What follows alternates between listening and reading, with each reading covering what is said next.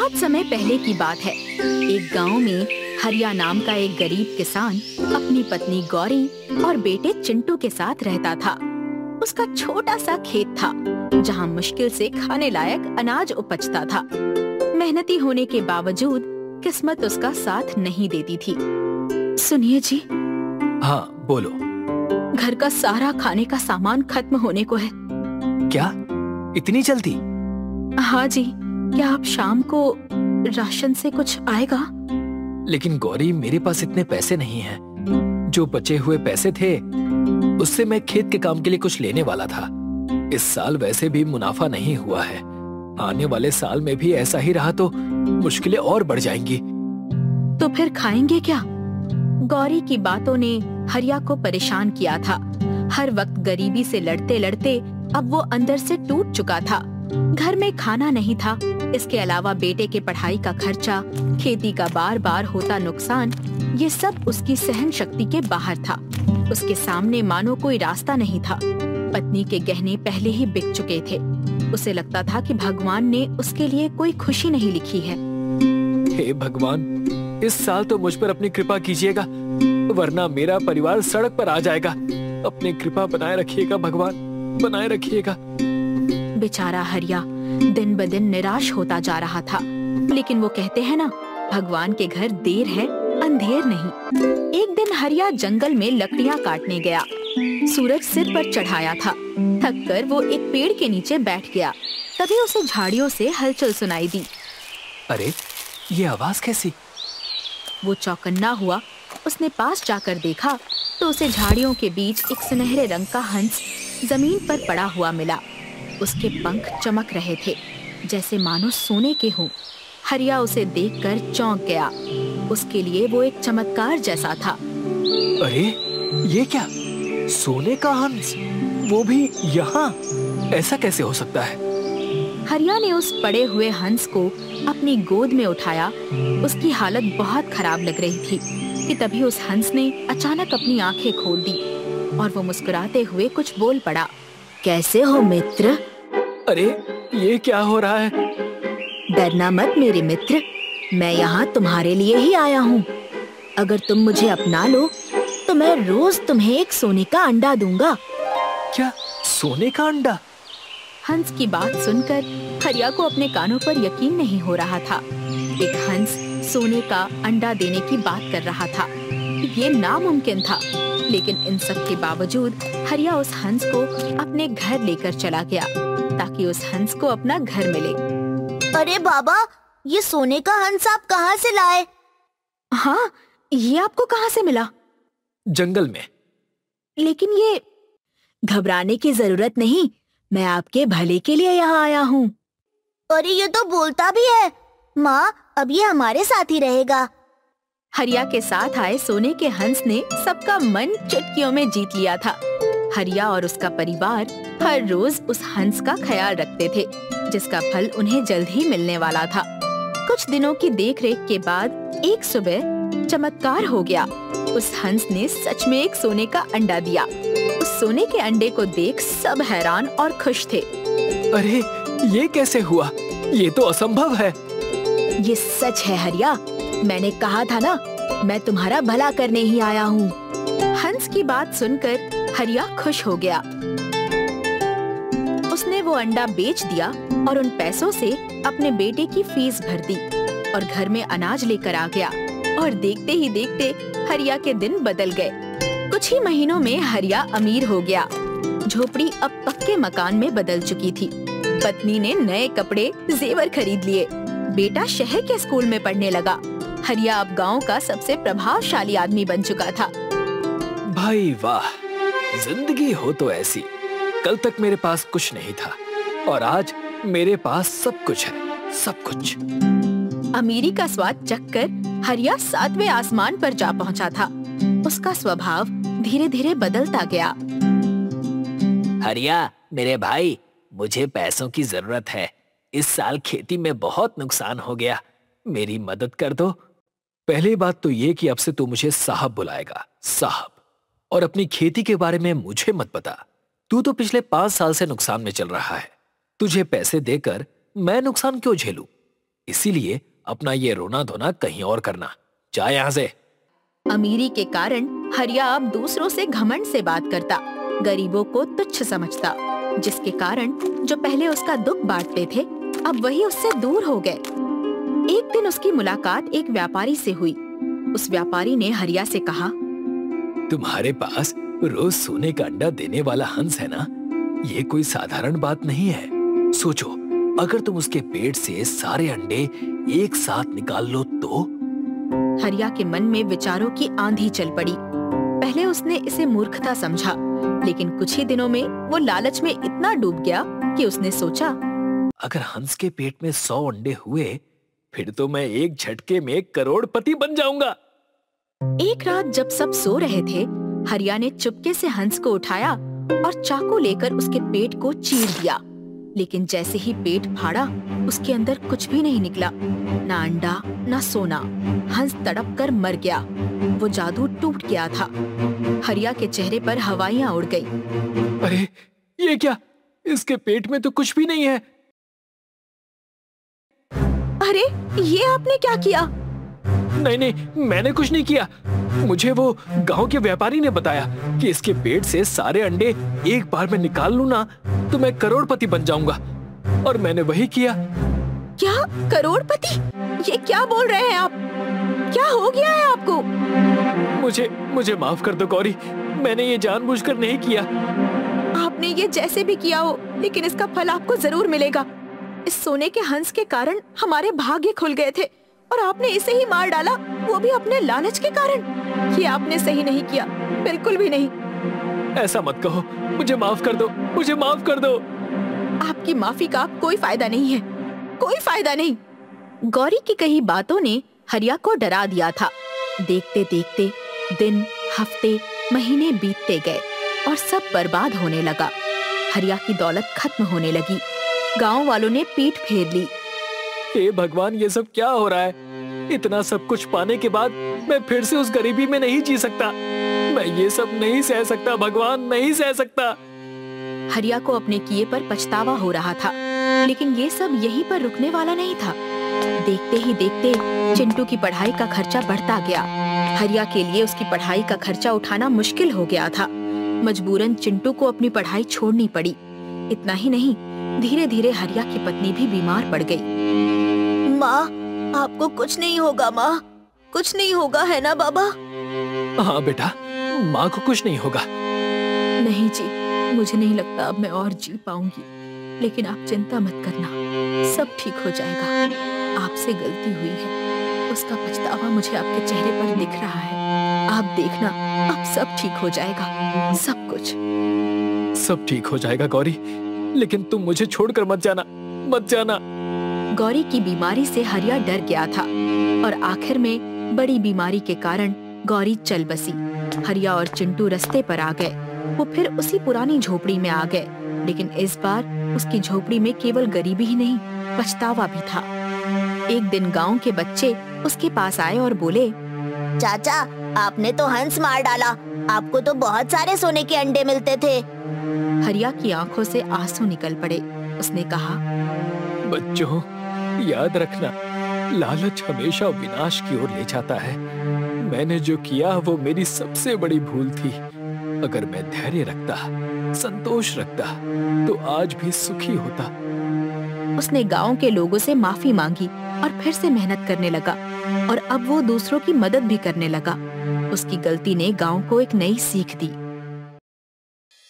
सोनपुर नाम का एक गांव था, जहाँ पर मोहित नाम का व्यक्ति अपनी माँ के साथ रहा करता था। मोहित कोई काम नहीं करता था, बस अपने घर में बैठा रहता था। और कितने दिन ऐसे सोते रहोगे? बाहर जाकर कोई काम ढूंढो।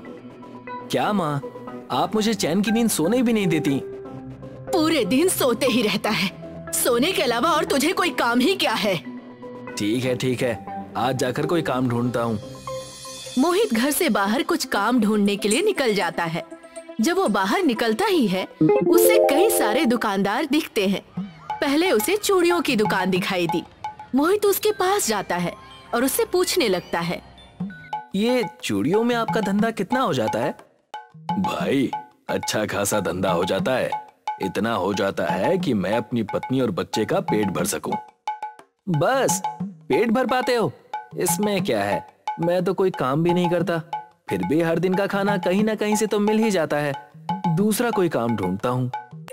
मोहित वहाँ से निकल जाता है और दूसरा काम ढूंढने के लिए निकल पड़ता है और मन ही मन कहता है, मैं कोई ऐसा काम ढूंढूंगा जिससे मैं जल्दी से माला माल हो जाऊं और फिर सारे पैसे जमा करके बैठ जाऊंगा और खूब सोऊंगा।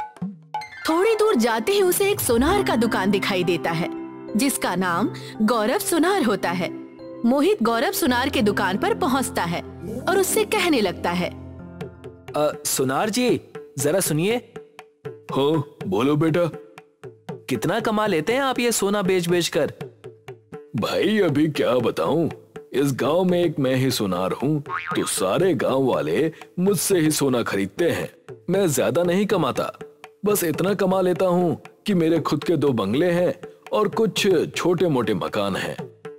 2 बंगले और छोटे मोटे मकान, और आप कह रहे हैं कि आप कुछ नहीं कमाते हैं? वाह सुनार जी, मान लिया आपको। मगर तुम मुझसे ये सब क्यों पूछ रहे हो?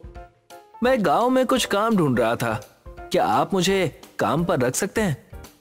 हाँ हाँ क्यों नहीं, वैसे भी मैं सोच रहा था कि किसी को काम पर रख लेता हूँ। मगर तुम सोना बेच पाओगे? मैं तो कुछ भी बेच सकता हूँ मालिक, आप निश्चिंत रहिए। मोहित अपने घर चले जाता है और अपनी माँ को सारी बातें बताता है। मोहित की माँ ये बात सुनकर बहुत खुश हो जाती है। बेटा मोहित, अभी कोई मूर्खता मत करना, बल्कि मन लगाकर काम करना। हाँ माँ, मैं पूरी मेहनत करूंगा और खूब सारे सोने बेचूंगा और खुद की सोने की दुकान खोलूंगा।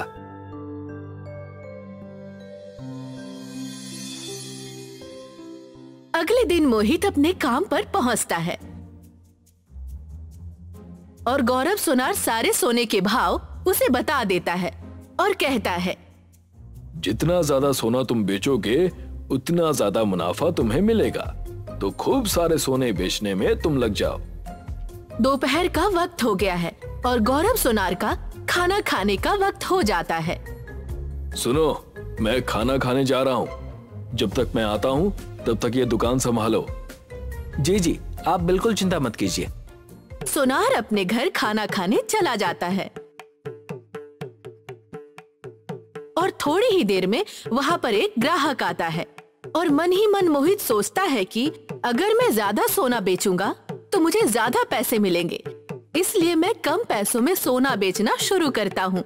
ग्राहक कई सारे सोने को कम पैसों में खरीद लेता है और थोड़ी देर के बाद गौरव सुनार दुकान पर वापस आ जाता है। यहाँ के सारे सोने कहाँ चले गए? वो तो मैंने बेच दिए। इतने सारे सोने, वो भी इतनी जल्दी कैसे बेच दिए तुमने? आप ही ने तो कहा था कि जितना ज्यादा बेचोगे उतना मुनाफा मुझे मिलेगा, इसलिए मैंने कम पैसों में ज्यादा सोना बेचा। क्या? अरे मूर्ख, ये तुमने क्या कर दिया? इतना बड़ा नुकसान! निकल जाओ अभी, निकल जाओ यहाँ से। गौरव सुनार उसे अपने काम पर से निकाल देता है और दुखी होकर जंगल के तरफ निकल जाता है। ये सुनार अपने आप को समझता क्या है? हाँ? देखना, मैं भी एक दिन सुनार की दुकान खोलूंगा। वो जब ये कहीं रहा होता है तभी वहीं पे एक संत उसे आईने लिए हुए खड़े मिलते हैं और उनके पास जो छड़ी और आईना रखा था वो सारी चीजें सोने की थी। क्या हुआ बेटा, तुम इतने परेशान क्यों हो? संत जी, आज मुझे मेरे मालिक ने काम पर से निकाल दिया, इसलिए मैं इतना परेशान हूँ। कोई बात नहीं बेटा, ये जीवन ऐसे ही चलता है, कभी खुशी और कभी गम, यही असल जीवन की रीति है। जी, आप शायद सही कह रहे होंगे। ये आईना बड़ा ही अनोखा दिखाई पड़ता है।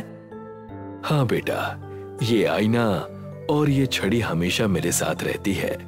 ये कोई ऐसा वैसा आईना नहीं है।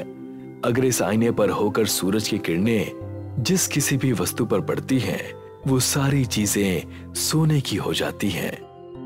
ये सुनकर मोहित आश्चर्यचकित हो जाता है और मन में सोचता है कि अगर मैं इस आईने को चुरा लूं तो आराम से कोई भी चीज सोने में बदल सकता हूँ।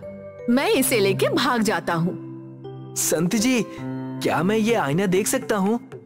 हाँ बेटा, क्यों नहीं। जैसे ही संत उसे वो आईना देते हैं, मोहित आईना लेकर वहाँ से भाग जाता है और संत उसका पीछा नहीं करते बल्कि उसके ऊपर हंसते हैं। मुझे मेरी छड़ी के बारे में बताने तो देते। छोड़ो, तुम वापस जरूर आओगे, मैं जानता हूँ। मोहित उस आईने को लेकर घर आ जाता है और उस आईने को छुपा देता है। कल सुबह उठकर सूरज की किरणों से कई सारी चीजों को सोने में बदल दूंगा और खूब पैसे कमाऊंगा। अगले दिन सुबह सुबह मोहित आईने को लेकर अपनी खिड़की के सामने रख देता है और दूसरी ओर वो एक खाली पानी का ग्लास रखता है। जैसे ही सूरज की किरणें उस आईने से होकर ग्लास पर पड़ती हैं, वो सोने का बन जाता है। अरे, ये तो सच में काम कर रहा है। अब मैं माला माल हो जाऊंगा, फिर मैं आराम से घर में पूरे दिन सोऊंगा। धीरे धीरे कर मोहित काफी सारी चीजों को सोने में बदल देता है और फिर उन्हें गौरव सोनार के पास बेचने चला जाता है।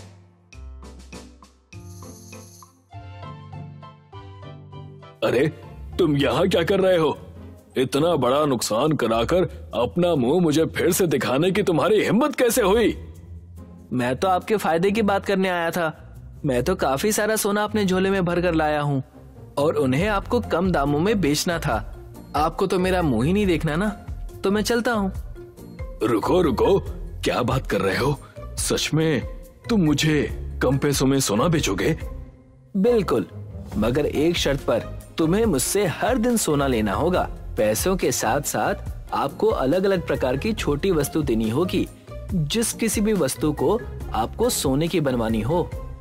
गौरव सोनार उसकी ये बात मान लेता है और सोने को कम भाव में लेकर थोड़े सामान मोहित को देने लगता है, जिससे मोहित सोने में बदलने लगता है। देखते ही देखते मोहित खुद की एक सोनार की दुकान खोल देता है और उसका नाम मोहित सोनार रखता है। मैंने तो कम समय में काफी पैसे कमा लिए हैं, मगर इतनी रकम काफी नहीं है मेरी पूरी जिंदगी का खर्चा उठाने के लिए। एक तो वो आईना बड़ा ही छोटा है, सिर्फ छोटी ही चीजें सोने में बदलती हैं। एक काम करता हूँ, एक बड़ा आईना लेता हूँ, उस पर इस सोने बनाने वाले आईने को इस्तेमाल करता हूँ। फिर बड़ा आईना भी सोना बनाने लग जाएगा और फिर मैं बड़ी चीजों को भी सोने में बदलना शुरू कर दूंगा। मोहित अपने काम से जल्दी ही अपने घर लौट आता है, जिस पर उसकी माँ उससे कहती है, अरे तुम इतने जल्दी दुकान से आ गए, तुम्हारी दुकान कौन चला रहा है? माँ, मैंने दुकान पर नए कामगार लगा दिए हैं, वो सब संभालेंगे। मैं तो घर आराम करने के लिए आया हूँ। बेटा, हम इंसान काम करने के लिए बने हैं, आराम करने के लिए नहीं। हमें पूरे लगन के साथ अपना काम करना चाहिए। मोहित अपनी माँ की बात अनसुना कर देता है और जैसे ही रात होती है वो बड़ा सा आईना ले आता है और उस सोने के आईने को अपनी खिड़की पर रख देता है और उसके ठीक सामने उस बड़े से भी आईने को रख देता है। जैसे ही सुबह होगी, सूरज की किरणें सोने के आईने पर पड़ेंगी और इस बड़े से आईने को भी अपने जैसा बना देंगी। और तो और मुझे सुबह जल्दी उठना भी नहीं होगा।